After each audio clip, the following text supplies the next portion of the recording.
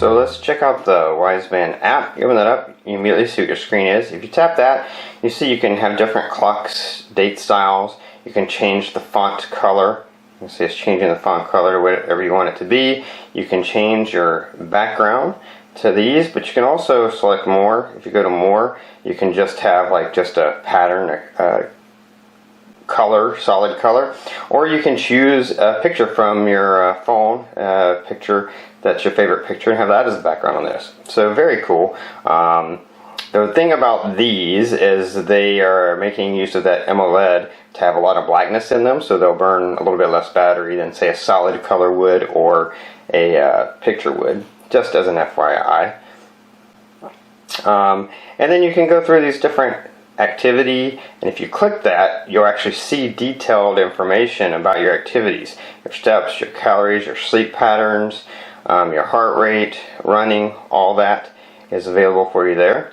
Runs, if you click that, you'll see runs. You can also set screenings, notify you for every mile while you're running, screen always on while you're running. Do you want to receive notifications, or you do not want to be bothered with notifications when you're running?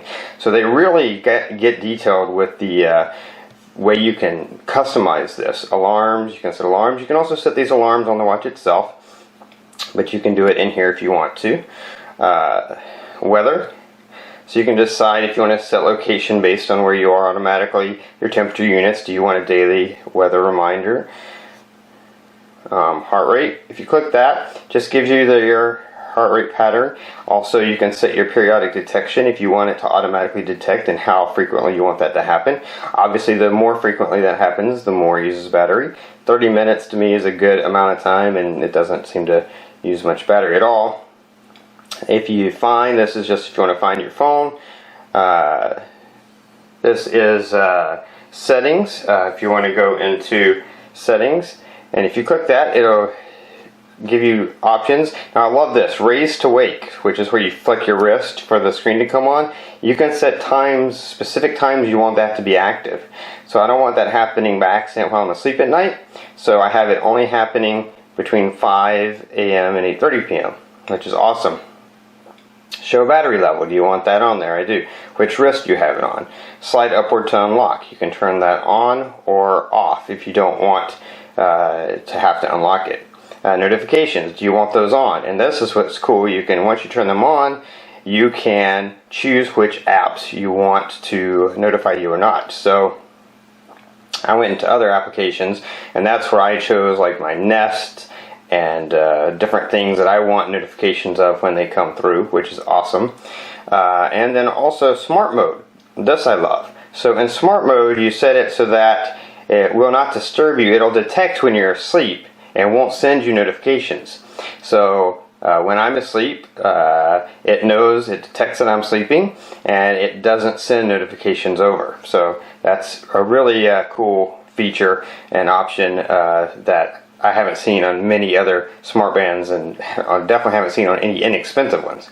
The brightness level, oops, don't want that, there we go, brightness level, you can select this. You can also set this in the settings on the watch itself. And generally speaking, leave it on high. Like I said, it doesn't use a lot of battery. The battery is amazing on this thing with the AMOLED screen, and you want to be able to see it when you're in daylight. Night mode, so night mode is cool. What that does is it lowers the screen brightness during certain hours. So from 9 p.m. to 6 a.m. I'm generally inside, generally asleep after 9 p.m. And awake usually around 4:30 or 5. So, but I'm inside. So during those times, just have the screen brightness go down a little lower. And then after these times, it goes back to the highest setting. And then time zone, based on your time zone, and you can reboot the device in there too. So then Alexa alerts, have that on there. If you open that, it just kind of gives you information about Alexa, but you can watch the Alexa video to see more about how Alexa works on the device. And then notifications, if you click that, again, that's just going into notifications, which you also could get through settings, as well as smart mode you can get to through here as well.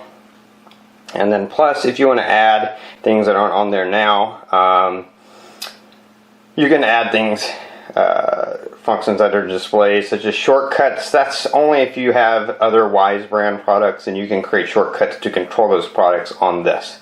But that's it for right now. Anyway, but in the future they might have other things that they don't have right now. So that's inside the app. Really awesome app with awesome features.